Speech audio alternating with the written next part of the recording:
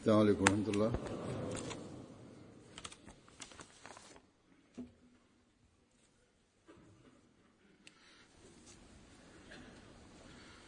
أشهد أن لا إله إلا الله وحده لا شريك له وأشهد أن محمدا عبده ورسوله أما بعد فأعوذ بالله من الشيطان الرجيم بسم الله الرحمن الرحيم الحمد لله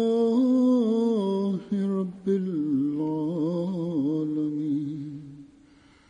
الرحمن الرحيم مالك يوم الدين إياك نعبد وإياك نستعين اهدنا الصراط المستقيم صراط الذين أنعمت عليهم غير المغضوب عليهم ولا الضالين.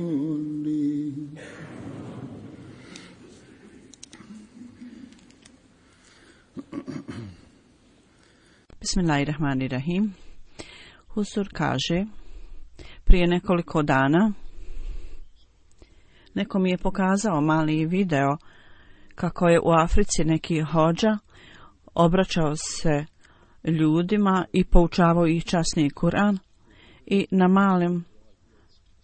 na male greške on ih je udarao štapom i to je bilo vrlo ponižavajuće za njih, vrlo bijedno. Sada osoba koja ne zna urođenički jezik i 70 nekoliko godina je stari, možda stariji, kako je moguće za njega da onda ima ovakvo iskustvo, da podnese ovo, kako da izgovori, kako je moguće da izgovori svaku riječ ispravno. Rezultat toga je da ljudi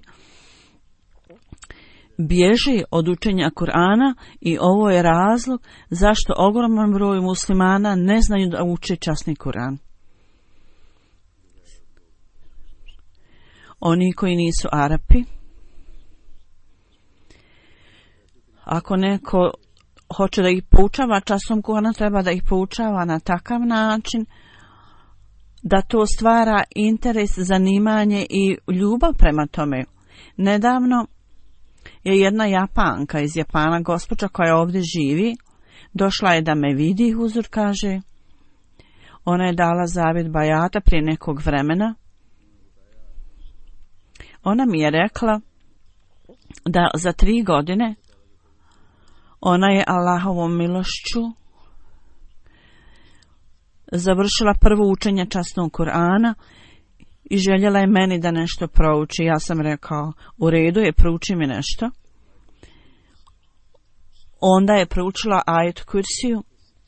Ona je to proučila na tako emotivan način da zaista čovjek bude iznenađen. Stvarna stvar je onda da treba da bude takva ljubav prema časnom Kur'anu, da osoba to uči sa punim emocijama, sa osjećajima, a ne samo za pokazivanje.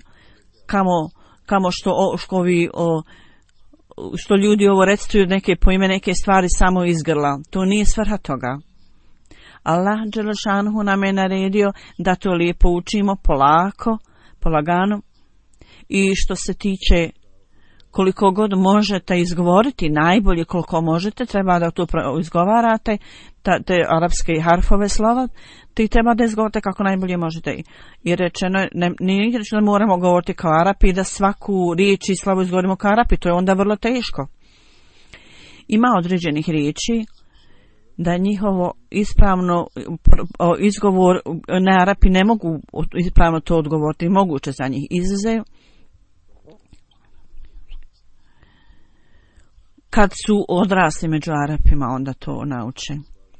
Ova Japanka, ova gospođa, Japanci zapravo ne mogu izgovoriti arapski riječ kao Arap. Na primjer, ova gospođa koja je proučila časni Kur'an, on nije mogla razgovoriti h i h ili he, načina kako je ona proučila, izgledalo više kao he, lagano h. Nakon što sam slušao ovu Japanku ženu, ja sam imao osjećaj da ako ne svi Japanci, barem veliki broj ljudi, kad bi bili kao ova žena, i bit će sigurno mnogo ih koji će vidjeti da je teško da izgovaraju riječ časnog Kurana, međutim, stvarna stvar je da imaju ljudi ljubav prema Božjoj riječi. Koliko god je moguće, treba da izgovaraju koliko god je moguće ispravno. A ne samo da budu kao ovi recitači koji samo to ponavljaju radi nadmetanja. Allah dželešanu i njegov poslanik su Hazreti Bilalu radi Allahu anhu, časni Božji poslanik je volio toliko i volio Hazreti Bilala koji nije mogao da izgovara, ne ešhedu izgovarao, ešhedu, on je tako to izgovarao s ljubavi da se niko nije mogao nadmetati s njim. Tako u džematu i neki koji nisu muslimani pridružuju se našem džematu i oni vjeruju i sada u islam. Većina muslimana, kao što sam rekao, ne znaju, i većina muslimana ne znaju da uči časni Kur'an, što sam rekao, u Africi i jako mnogo prilika gdje se uči časni Kur'an na novi neki način, u novom nekom stilu. Ili ponekad treba da ih poučavaju, da se ti ljudi poučavaju od samog početka učenju Kur'ana. Dakle, ovo je veliki posao da se ljudi pouče učenju časnog Kur'ana, zato oni koji poučavaju časni Kur'an, ovi učitelji, trebaju poučavati časnom Kur'anu na takav način da bude stvoren interes, znači zanimanja za časni Kur'an. Allah dželešanuhu, da Allah dželešanuhu nagradi ovu ženu Pakistanku koja je poučavala ovu Japanku ne samo časnom Kur'anu, nego izgleda da je također stvorila u njoj ljubav prema časnom Kur'anu u njenom srcu. Dakle, stvarna stvar nije samo učenje kao profesionalci što uče, i ne treba smatrati da ako ne možete izgovoriti riječ na određeni način, tačno kao Arap, da napustite učenje kao časnog Kur'ana. Učenje časnog Kur'ana je neophodno i neophodno je da popravljamo tu kvalitet učenja, ali reći ne možemo izgovoriti određene riječi ili je to teško izgovoriti, da onda napustite učenje časnog Kur'ana, to nije ispravno i nedopustivo. Zapravo svaki Ahmedi musliman danas treba da posveti pažnju učenju časnog Kur'ana svaki dan. Da, treba da uložimo napor, kao što sam rekao, Huzur kaže, koliko god je moguće, treba da izgovarate riječi ispravno i da to radite. I s ciljem da to popravite stalno, vrlo je važno da obraćate pažnju na to. Hazreti Muslim Maud radijallahu anhu je rekao na jednom mjestu, ovaj napor, da treba da učimo časni Kur'an kao profesionalci i da izgovaramo svaku riječ kao profesionalci, nije ispravno. Jer sposobnost nije dao svakom, ne Arapima, Allah nije dao takvu sposobnost. I on je rekao, moja rahmetli žena je govorila da je njegov otac bio vrlo naklonjen učenju i poučavanju časnog Kur'ana drugima, da poučava djeci ostali. I on bi dovodio učitelje da poučava njegove dječake i kćer također je učila iz istog učitelja. Hazreti Umer Taher kaže, taj učitelj je bio vrlo strog i udarao je nekad djecu. I ponekad je stavljao male grančice kao olovke i stavljao između prsta i onda i pritiskao. I kažu, nekad je tu kao djecu. I ova jedna djevojčica rekla tako nas je kažnjavao zašto ne izgovaramo riječ kako treba ispravno. Da jedna na pandžabi jeziku ljudi isto tako nisu u stanju da kako treba izgovaramo riječi kao Arapi što izgovaraju. Hazreti Muslima radijallahu anhu, on je jedan put naveo jedan događaj koji sam ja već spomenuo u prethodnoj hudbi, da je jedan Arab došao da vidi običnog Mesija alejhi selama, kad je Hazreti Mesih Maud, običan Mesija alejhi selam, izgovorio riječ Daud, čini mi se. Onda je ovaj Arab rekao, kako je moguće da ti budeš obećani Mesija i ti ne znaš čak izgovoriti pravilno riječ Doatom, čini mi se. Taj Arab je sigurno uradio nešto loše. Postoji stil svake zemlje. Svi Arapi kažu, mi smo ljudi, mi možemo kako treba da izgovaram Doad, a drugi ljudi ne mogu. Hazreti Muslima alejhi selam je rekao, ljudi izgovaraju Doad ili Dad, na različite načine izgovaraju dakle tu riječ, ali mjesto iz kojeg dolazi taj glas je drugačiji. Arapi kažu, mi možemo kako treba da izgovorimo i niko drugi ne može to izgovoriti. Zašto onda kritikujete to? Kaže, obično mi se je rekao, Arapi treba da imaju ovo na umu. Većina ljudi općenito znaju ovu stvar, međutim, neki od ljudi imaju osjećaj ponosa u sebi. Jedna Pakistanka, i ona je udata za Arapa, ona također misli da izgovara određene riječi, tako misli da je to ispravno, međutim zapravo nije ispravno.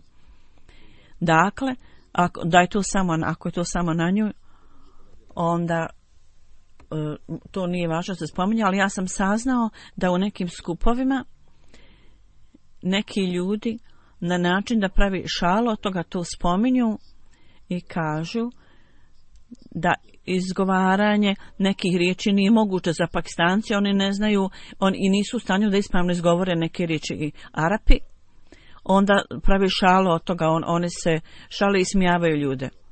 Ja ne mislim da su sve Arapi takvi koji od toga pravi šale, međutim može biti da među ovim ljudima, među Arapima za koje je ona udata, da ima nekih koji pravi šale od toga, koji se s tim zezaju. Zapravo, pridobivanjem srca svih ljudi, oni treba da poučavaju ljude da u njima stvore ljubav prema časnom Kuranu i u njihovim srcima, da stvore takvu ljubav. To je ono što je bitno. A svako ima svoj drugačiji akcenat izgovaranja. A svako zbog ljubavi prema časnom Kuranu uči časni Kuran na najbolji mogući način, na najbolji onako kako najbolje može i treba tako da radimo. Zasigurno, zaista, treba da vodimo računa o izgovoru koliko god možemo. Ovi ljudi, ovi novo pridošli ili novi muslimani, i treba da im pomognete ovim ljudima, svi koji možete treba da pomognete novim ljudima. Međutim, šaliti se i praviti šale ovim ljudima i smijavati, to ne može biti odobreno, to je nedopustivo. Ako oni znaju ispravno izgovaranje, to je dobro. Međutim, treba da imate na umu da ljudi drugih nacija imaju svoj način izgovaranja i izgovaranja arapskih riječi. Nije moguće za njih da ispravno to izgovaraju kao Arapi, sve ljudi da tako rade. Sada pozivat ću se na ono što je Sima radijallahu rekao. Ja sam spomenuo da događaj na jednom mjestu je on također rekao, ovaj izgovor je vrlo popularan u pogledu stanja muslimana. On je rekao da će on dati jedan primjer i on kaže da ima jedan izgovor da je neka osoba bila takva da imao je osjećaj, smatraju da je vrlo hrabar i odlučan i da ljudi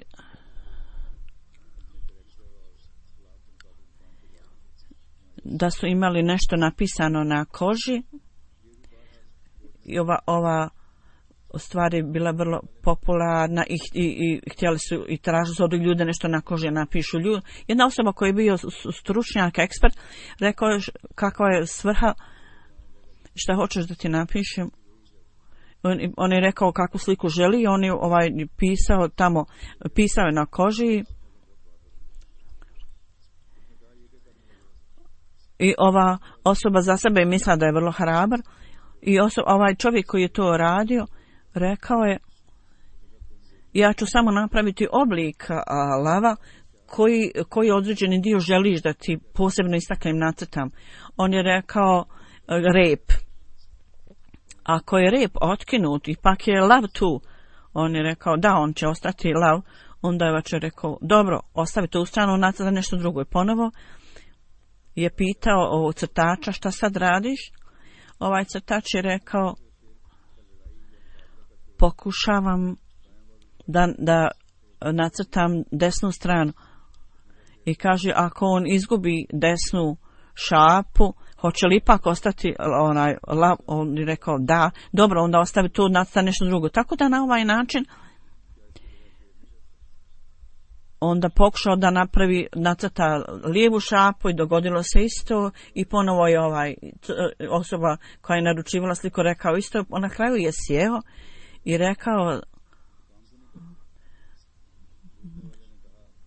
i rekao crtaču, zašto si završio svoj posao? Ovaj crtač je rekao, nema nešto što ja mogu još uraditi. Zatim muslima ovdje je zapravo ovo tretman koji je dat islamu, koji su ljudi dali islamu. Pogotovo muslimanska ulema i vođe, oni upravo ovo rade. Slogani njihovi su vrlo visoki, a zapravo nema ništa.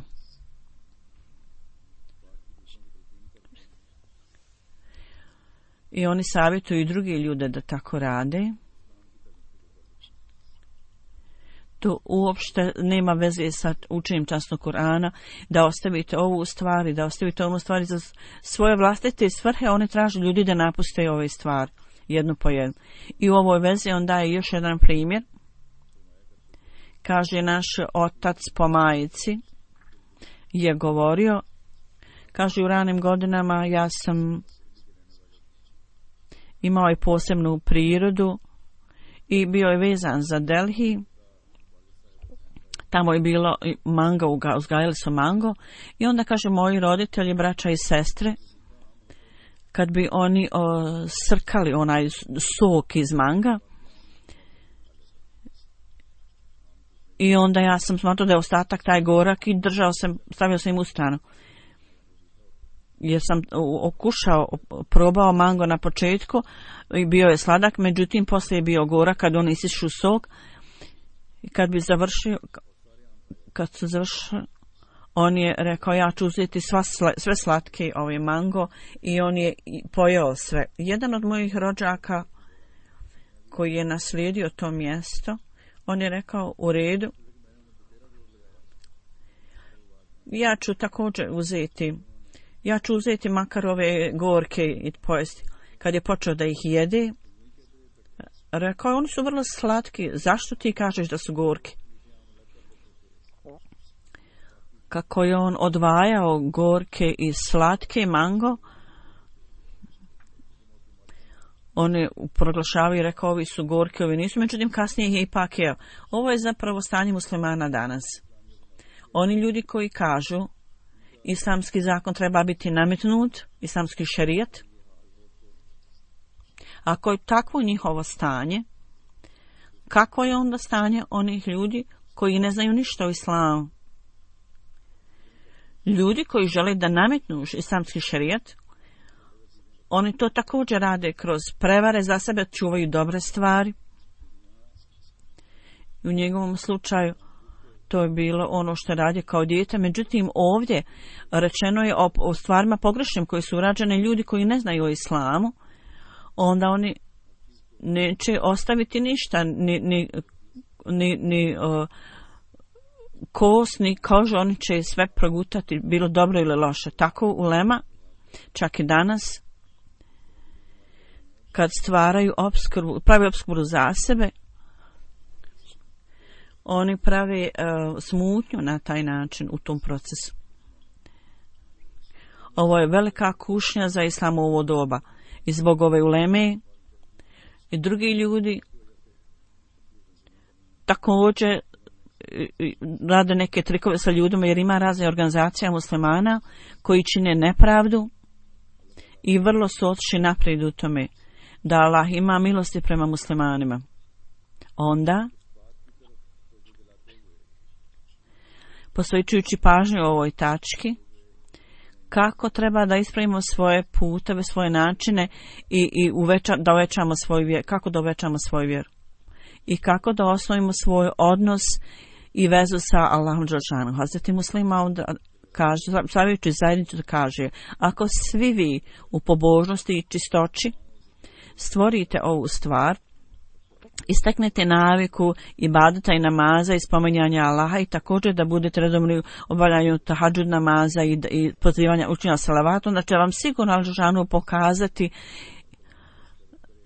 jedan udio Allahovog znanja i jedan udio Allahovih riječi i čudo koje osoba iskusi u svom životu. Nije čudo da su čuda, istina je da su čuda Hazreti Ibrahima a.s. tu, čuda Hazreti Musa a.s. i tako dalje. Međutim, što se tiče osobe i ličnosti jedne, to čudo je veće koje osoba doživi u svom vlastitom životu. Sada ljudi kažu istu stvar, za tu svrhu je neophodno imati vezu sa Allahom, odnos sa Allahom dželešanu, to je neophodno. Uvećanje vjere i primjer ličnog iskustva i primjera, on promijeni Hazreti Šahibzadu Abdul Latifa, da je on bio šehid i da vidite, pogledajte na njegov primjer, kad je on primio Ahmedijet, pogledajte njegov primjer. I nakon što je boravio neko vrijeme u Kadijanu, on je otišao u Kabul i tamo su ga ovi velikaši pozvali, tražili da se pokaje. On je rekao, kako da ja se pokajem kad sam krenuo iz Kadijana, ja sam tada u svom snu vidio da su one lanci stavili na moje ruke. Kako da ja onda, kad mi Allah dželešanu to pokazao, kako ja da to skinem, ovo je Allahova odredba da tako bude, Allah je meni to pokazao, ja ništa tu ne mogu. On je bio siguran u to, jer je sam vidio to u snu. Slično tome, kakvo god znanje osoba možda ima, ali ako vidi u snu, ako zbog njegovog nedostatka hrabrosti to ne otkrije, ne kaže, to je drugo. Inače, će on ipak u sebi imati vrlo čvrsto vjerovanje u to što je u snu Allah pokazao. Tako, ako je vjera osobe vrlo snažna i veza sa Allahom postoji, ta osoba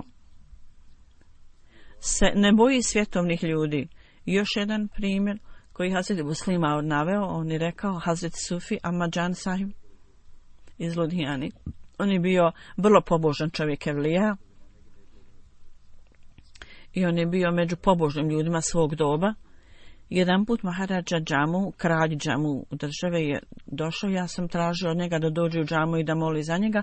On je odbio, međutim, i on je rekao, ako hoćeš da imaš dovu, onda treba da dođeš ti ovdje. Ti dođi k meni, zašto da ja idem tebi? Tako da ovi ljudi koji imaju vezu sa Allahom dželešanu imaju svoj vlastiti status i ne boji se nikoga drugoga. Oni kažu ono što je ispravno. Prije Hazreti Mesih Maud alejhi selam, ljudi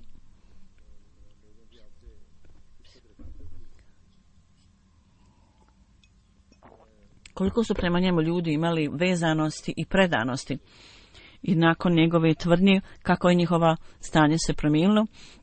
Spominjući ovu tačku, Mesih Maud alejhi kaže, pogledajte,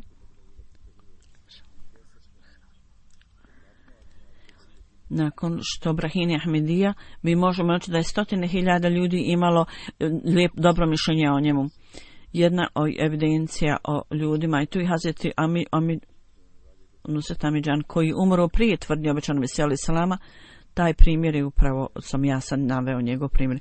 Sufi Ahmadžan je vjerovao obećanom Mesiju i spominjući ga, on je spomenuo i rekao, mi smo to mnogo puta slušali, Huzur kaže, ima strofa koju je on sastavio i rekao, o ljudi, pogledajte i očekujte da će Allah je poslao ili će poslati Mesiju za ovu ljudu. On je bio ispravna i pobožna i bogobojazna osoba, imao je vidovitost I on je znao, on je vidio da će obećani Mesija biti obećani Mesija, da će ta osoba biti obećani Mesija, bilo da ljudi vjeruju ili ne vjeruju. I ljudi koji su imali tu vidovitost također su vidjeli da je život Islama vezan sa njim. I oružje koje je njemu dato, da će to oružje dovesti do pobjede Islama i kroz koji će neprijatelji biti onemoćani i poraženi. I kakav je život njima dat koji je vezan za životom muslimana.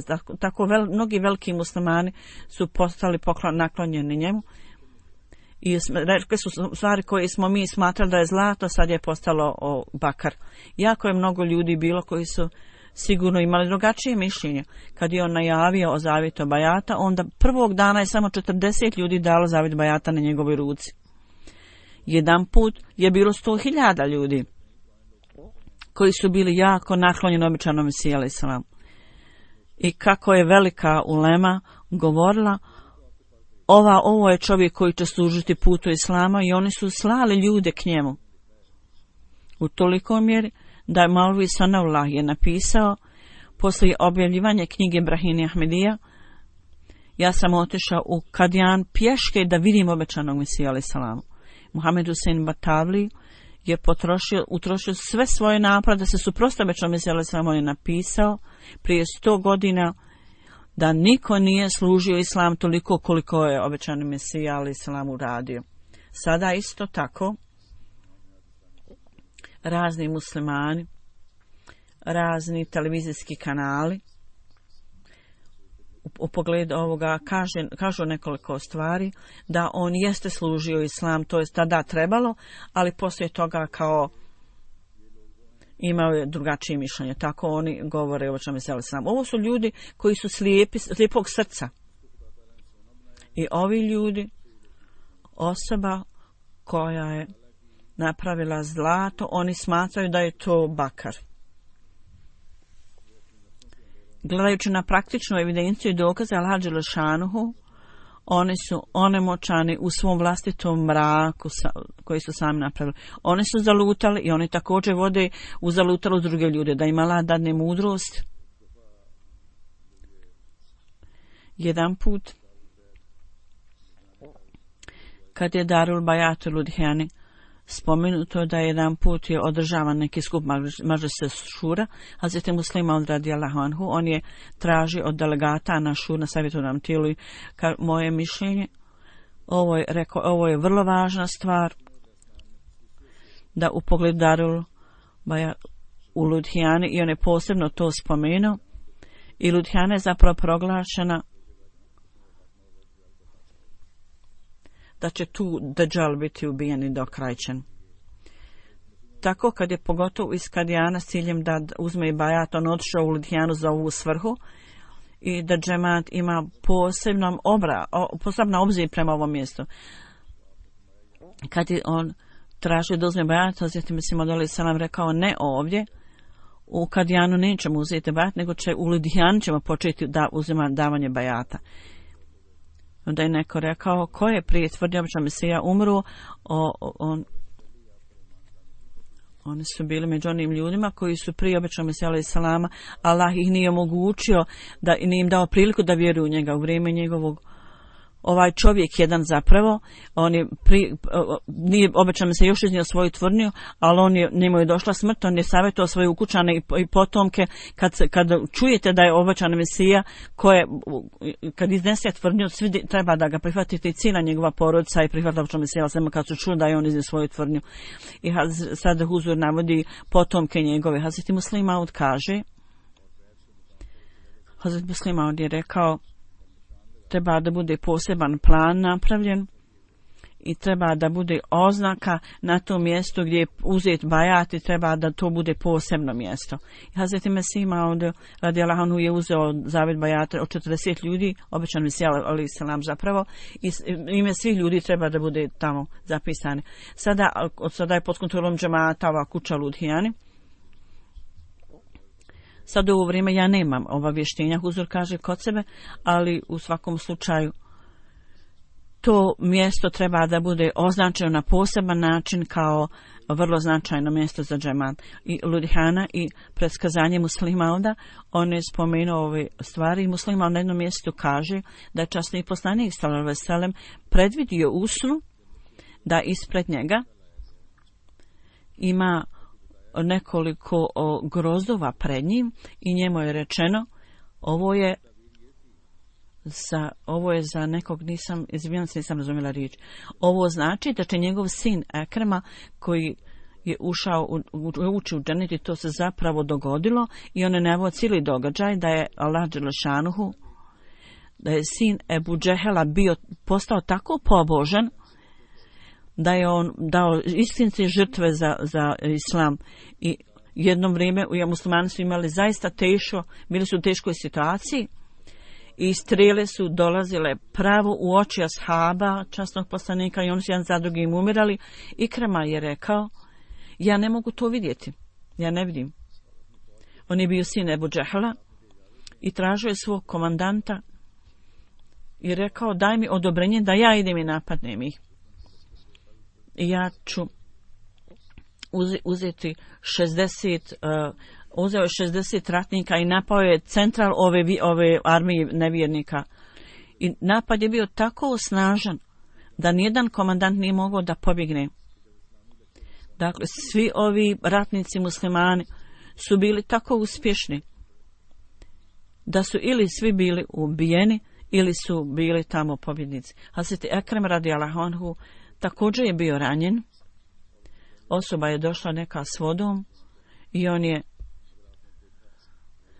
on je dao čašu vode Ikremi i vidio da je Hazret Suheid pogledao prema vodi i on je tražio od ovog službenika i rekao dadni prvo ovu vodu tom drugom čovjeku, onda meni, ja ne mogu tolerisati da moj brat musliman bude žedan i da tamo leži, a da ja prvi pijem vodu. Kad je ovaj čovjek odnio vodu ovom Hazret Suheibu, još neki ashab je ležao žedan, onda on rekao idi prvo ovom opet drugom Haris po imenu, on je ovaj službenik također njemu odnio mu vode i ovaj umro za njim i kad se vratio on je do tog vremena umro. Tako da ovaj Ikrema, sin Ebu Džehela, oštog protivnika časnog poslanika, tako da ako je neko bezvjeri, ako je lažna osoba, ko bi uopšte mogao reći da će njegov sin biti takav? Međutim, ovaj dokaz postoji i Allahova izjava koja dokazuje istinitost ove stvari. Dakle, ako nema svjedočenja, ljudi misle da to nije da se vjeruje. Zapravo ova stvar koja je ovdje spomenuta je stvarna stvar je kako je Allahovo predskazanje ispunjeno. Dok je činjenica dok je ovo usnu pokazano časnom poslaniku i on je bio jako zabrinut. Kako to da Ebu Džehel bude u džennet? Međutim, interpretacija je bila ta da će sin Ebu Džehela primiti islam i da će ogromne žrtve dati za islam. Hazreti Muslimaud kaže, Hazreti Mesih alejhi selam, njegovo predskazanje u pogledu o muslimana je kao druge predskazanje da jako mnogo muslimana koji su uključeni u to. U to vrijeme kad čak ljudi Kadijana ga nisu znali, on je dao predskazanje i mnogi stari ljudi Kadijana su prenijeli da ga nisu znali i rekli su da su ga smatrali da Gulam Sahib ima samo jednog sina, tako su mislili, čije ime bilo Abdul Kadir, a nisu ni poznavali običnog Mesiju.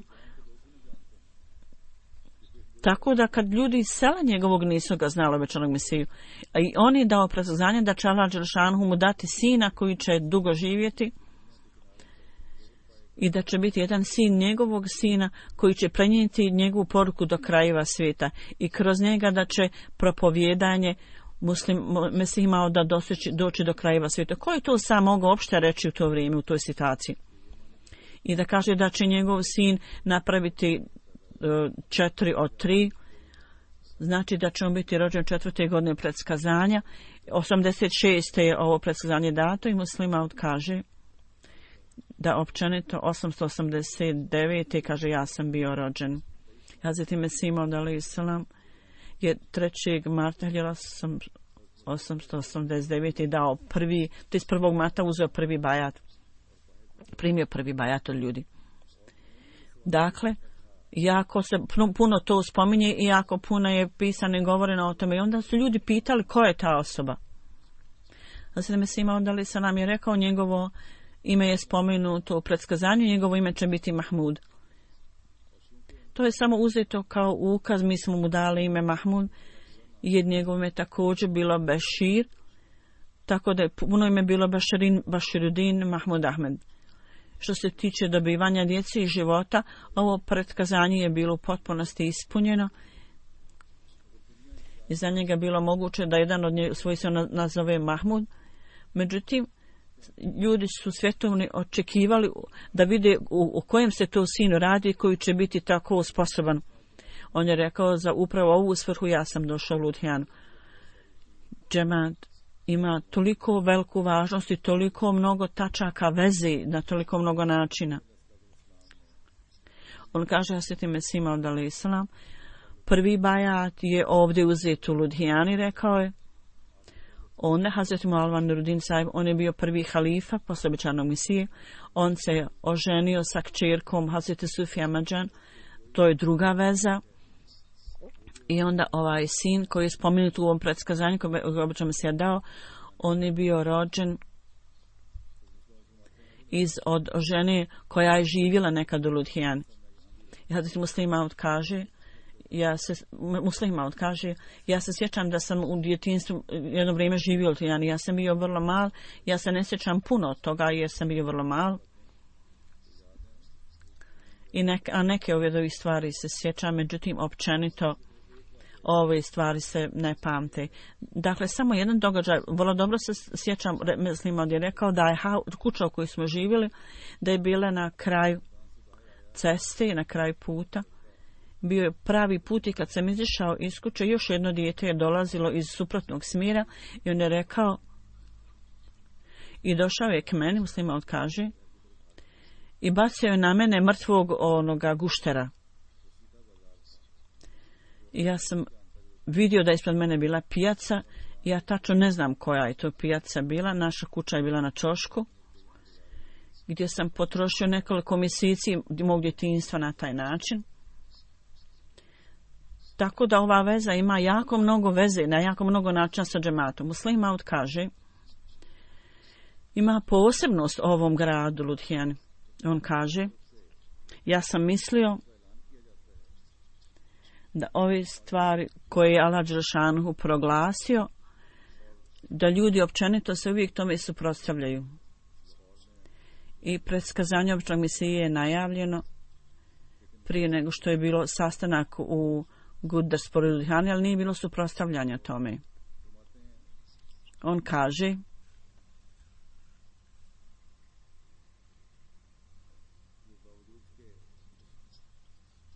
da uprkos svega toga, poslije ovog proglasa, ovo predskazanje je bilo ispunjeno, zašto se niko tome nije suprotstavljao? Međutim, kad je on došao u Ludhijanu, i onda kaže, kad sam išao kroz Ludhijanu, bio je tamo grupa ljudi, oni su zvikivali slogane, da je Mirza i umru, Mirza i umru. U svakom slučaju za nas to ne pravi nikakvu razliku.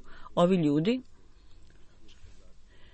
zaboravljajući učenje časnog poslanika, oni se tome rugaju, oni se rugaju tom predskazanju, međutim, predskazanje muslima da se ispunilo na veličanstveni čudan način i također činio dovu i molio Boga da ljudi Ludhijani budu u stanju da vjeruju u obećanog Mesiju i danas ovi ljudi uzvikuju slogane u suprotstavljanju koji uzvikuju ove slogane protiv, da uzvikuju slogane u prilog obećanog Mesija alejhi selam.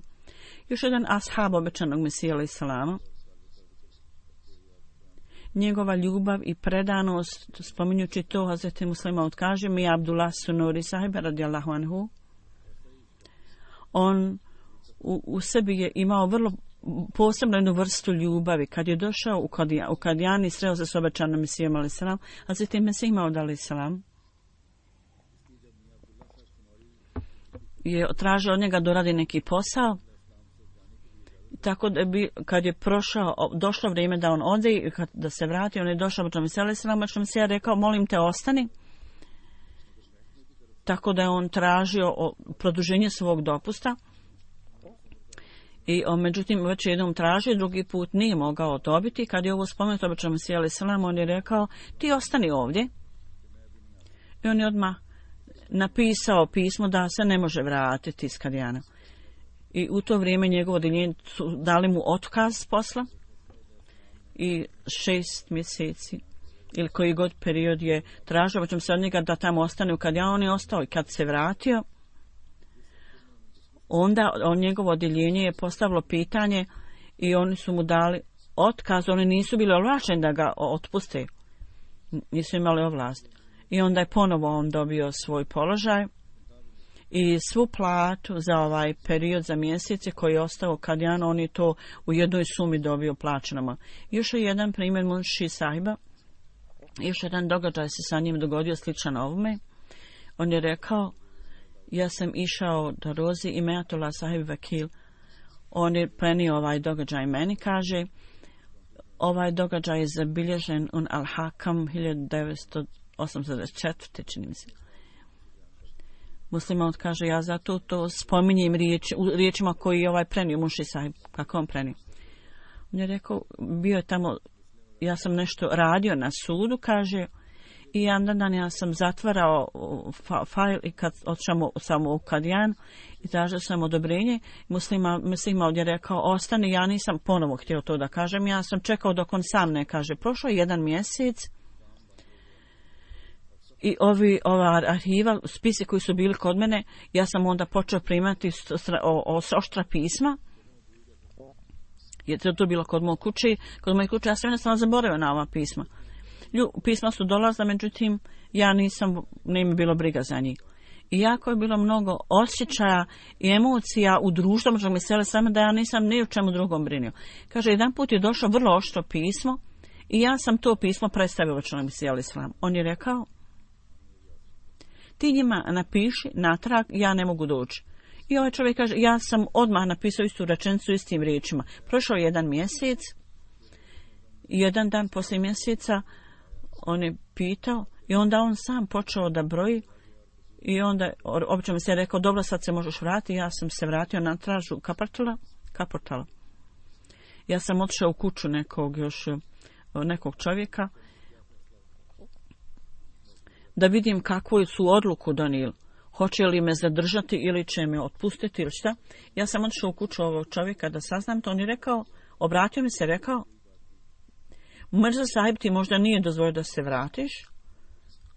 Ja sam rekao, da, takav je, to je slučaj. Tako da je to je bio sudija. On je rekao, njegova naredba je na prvom mjestu. Obećano mi sjeli sa nam.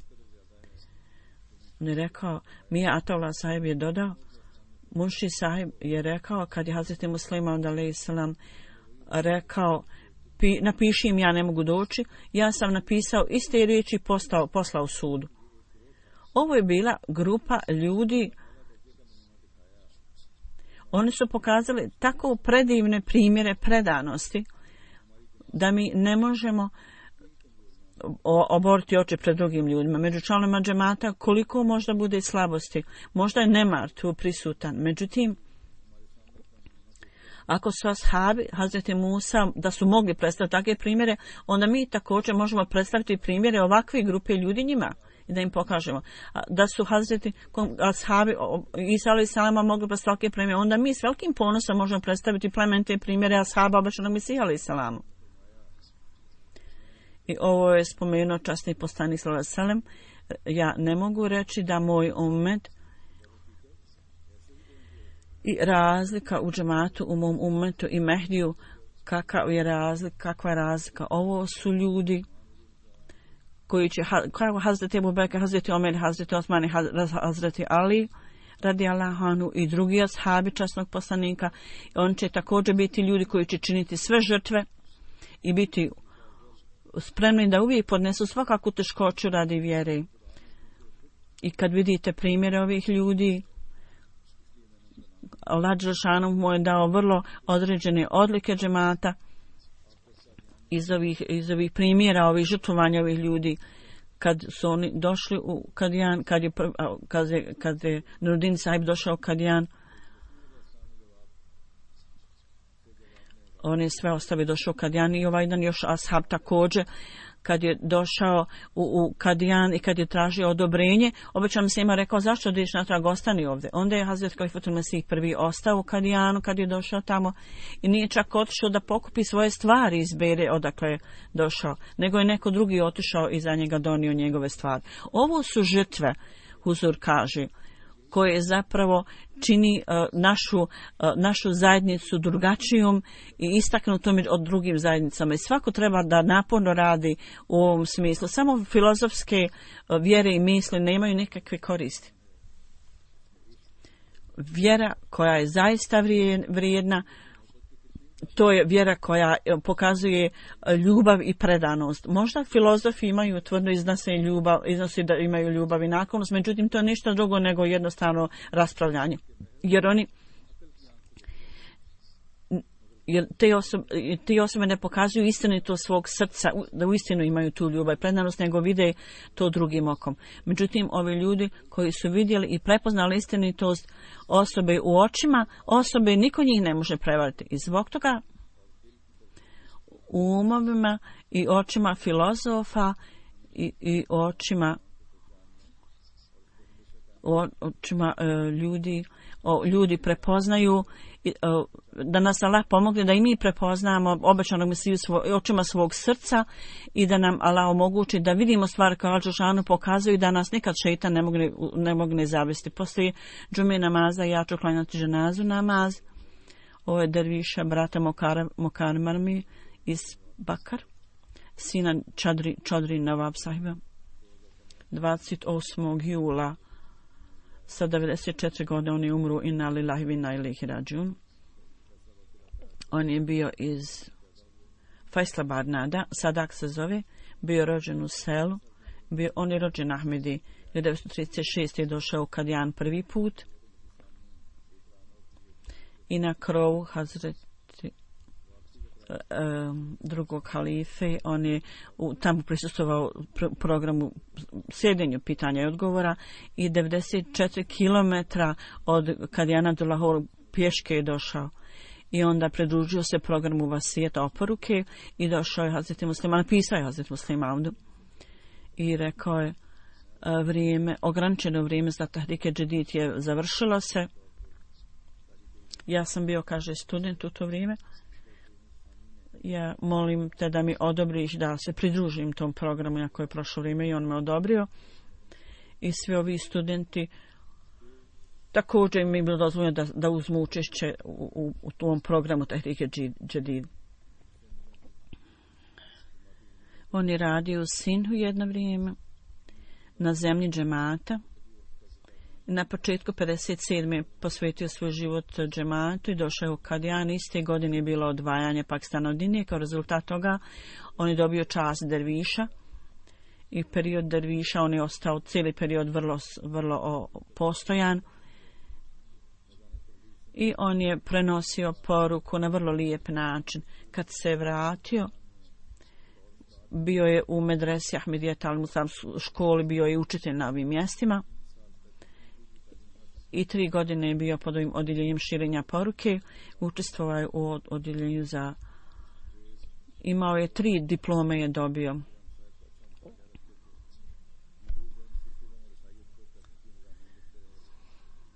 Znao je na Sikh jeziku i pisao je članke.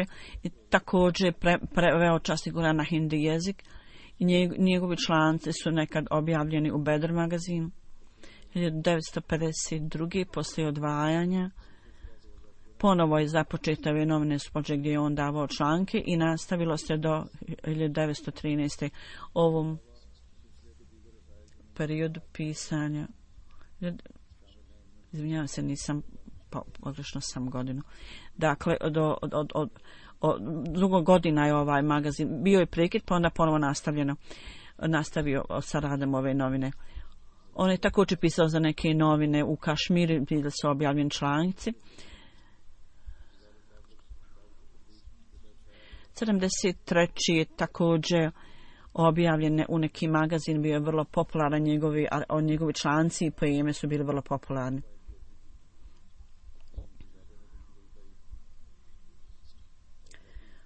Imao je vrlo dobar standard, Kalifatul Mesih je hvalio ga i moglo se vidjeti da ove stvari dolaze iz njegovog srca. Bio je vrlo ponizan i skroman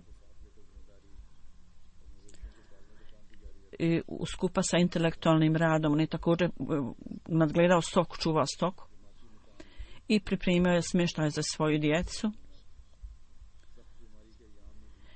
I onda njegova kuća je vraćena džematu.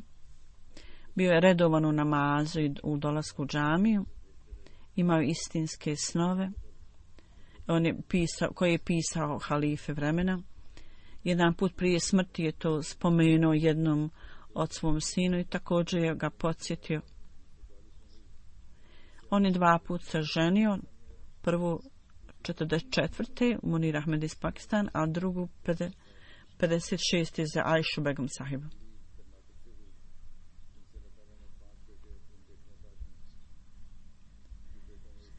Imao je 5 sinova i Shakil Ahmed, Mahmud Ahmed i oni rade za džemat. Da Allah dželešanhu uzdigne položaj umrle osobe i također osposobi njegove potomke da budu vezani sa halifatom i sa zajednicom, uvijek da ostanu vezani.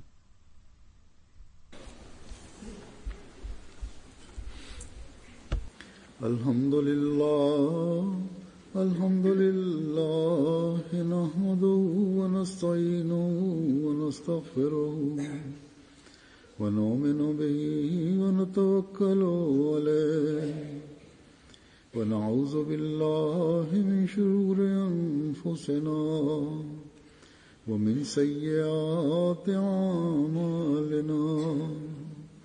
من يهده الله فلا مضل له ومن يضلل فلا هادي له ونشهد أن لا إله إلا الله ونشهد أن محمدا عبده ورسوله. عباد الله رحمكم الله، إن الله يأمر بالعدل والإحسان وإيتاء ذي القربى وينهى عن الفحشاء والمنكر والبغي يعظكم لعلكم تذكرون. اذكروا الله يذكركم وادعوه يستجب لكم ولذكر الله أكبر.